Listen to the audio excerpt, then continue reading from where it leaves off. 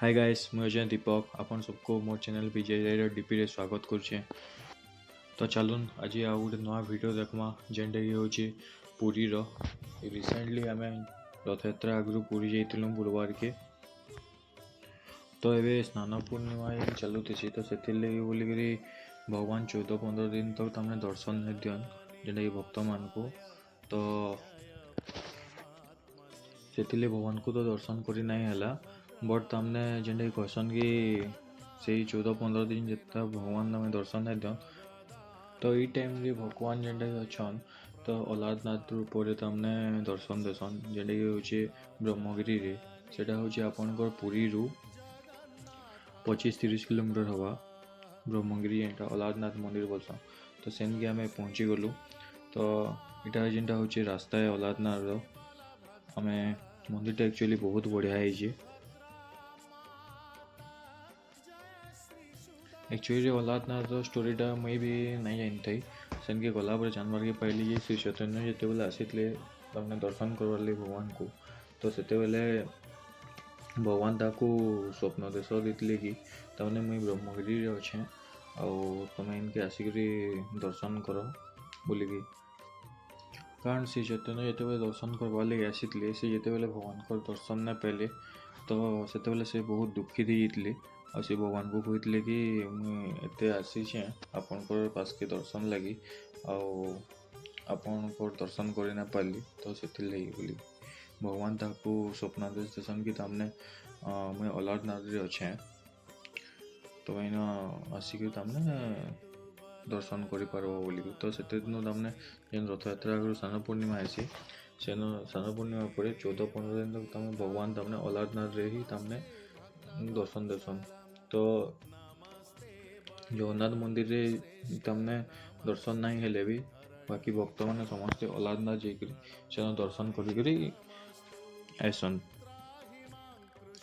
तो अलारनाथ भी देखवा जिते पहुँचलु आम जानवर के पहलू जे तमने इन गोटे तमने नॉर्मल लाइन भी अच्छे आ गोटे जेनटा अच्छे स्पेशल दर्शन बोलिकी सेन तमने जे अच्छन पूजारी अच्छन पंडा जे कि अच्छन तो से मैंने आसबे तमने पर हेड से 100 रुपीज नौले तो स्पेशल दर्शन करावे डायरेक्ट आपन को भगवान को पास के निकली जी। तार अलारनाथ जो दर्शन सरला तार आम बाहरी गलु बालीहर चंडी से ही आपन समुद्र तट में सच में एक लकड़ी का तना तैरता हुआ दिखाई दिया, लेकिन राजा के सेवकों के लाख कोशिशों के बाद भी कोई भी उस लकड़ी के दारू को उठा नहीं पा रहा था। अंत में कबीले के सरदार विश्ववासु के सहायता से उस दारू को महल में लाया गया, परंतु उस लकड़ी के दारू में से कोई भी कारीगर नीलमाधव की छवि तराश नहीं पा रहे थे। कहते हैं कि जब इस काम को करना नामुमकिन हो गया तब देवताओं के शिल्पीकार श्री विश्वकर्मा एक बूढ़े बढ़ाई के रूप में प्रकट हुए। उन्होंने राजा को भरोसा दिलाया कि वे मूर्ति निर्माण कर सकते हैं, लेकिन कुछ शर्त पर कि वे भगवान विष्णु के मूर्ति को 21 दिन में बनाएंगे और अकेले ही बनाएंगे और कोई भी उनके काम में बाधा ना डाले। राजा ने ये सभी शर्त मान लिया। लोगों को सिर्फ आरी, छेनी और हथौड़ी इत्यादि की आवाजें सुनाई देती थी, लेकिन 15 दिन बाद जब रानी को कोई भी शब्द सुनाई नहीं दिया तब वे घबरा गए। उन्होंने सोचा कि बूढ़ा कारीगर शायद भूख प्यास से मर गया होगा। इसीलिए रानी गुंडीचा ने दरवाजा खोलने के लिए राजा के सामने जिद किया।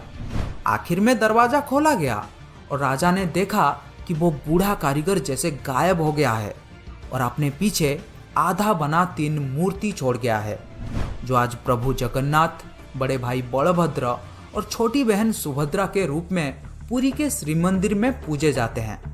आपने देखा होगा जगन्नाथ के हाथ पैर आधा बना हुआ है, जिसका कारण यही बताया जाता है।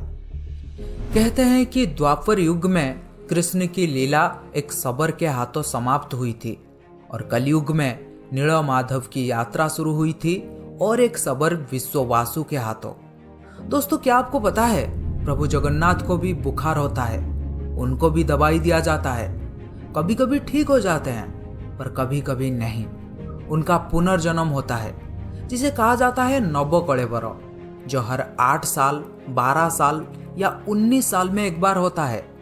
इन दिनों ओडिशा सरकार पुरी में अंधकार का ऐलान करते हैं और कुछ खास पुजारी आंखों में लाल कपड़ा और हाथों में लाल कपड़ा बांधकर पुरानी मूर्ति से कुछ रहस्यमयी चीज को निकालकर नई मूर्ति में लगा देते हैं, जिसे कहा जाता है ब्रह्म पदार्थ।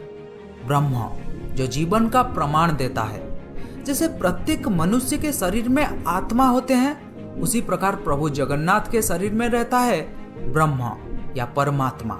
यही कारण है कि प्रभु जगन्नाथ दुनिया के एकमात्र जीवित ठाकुर हैं। वो जो भक्तों के पुकार सुनता है, समझता है और इच्छाओं को भी पूरा करता है। ब्रह्म को लेकर हमेशा सवाल उठते हैं। भक्त हो या संत, खोज करता हो या शोध करता, हर कोई ब्रह्म के सच्चाई जानना चाहते हैं। लेकिन आपको बता दूं, आज तक किसी को भी नहीं पता आखिर ये ब्रह्म है क्या। कुछ लोगों के अनुसार ये श्री कृष्ण या बुद्ध के अवशिष्टांश हैं और कुछ लोगों के अनुसार ये एक तांत्रिक शक्ति या फिर एक पौरालौकिक शक्ति है और कुछ लोगों के अनुसार ये एक पवित्र आभूषण या फिर एक दुर्लभ पदार्थ है। कहा जाता है कि जब श्री कृष्ण की मृत्यु हुई थी तब एक शबर ने ही उनका अंतिम संस्कार किया था, लेकिन उस वक्त श्री कृष्ण का दिल अथवा हृदय आग में जला नहीं था, जिस वजह से शबर ने उस हृदय को लकड़ी के गुच्छे में बांधकर समुद्र में प्रवाहित कर दिया था, जो फिर बहते बहते पुरी के समुद्र तट में पहुंचा और जहां से फिर राजा इंद्रद्युम्न प्रभु के मूर्ति निर्माण कर पाए थे। यह था प्रभु जगन्नाथ के मूर्ति निर्माण की कहानी। अगर आप ब्रह्म के बारे में और अधिक जानना चाहते हैं तो मुझे कमेंट बॉक्स में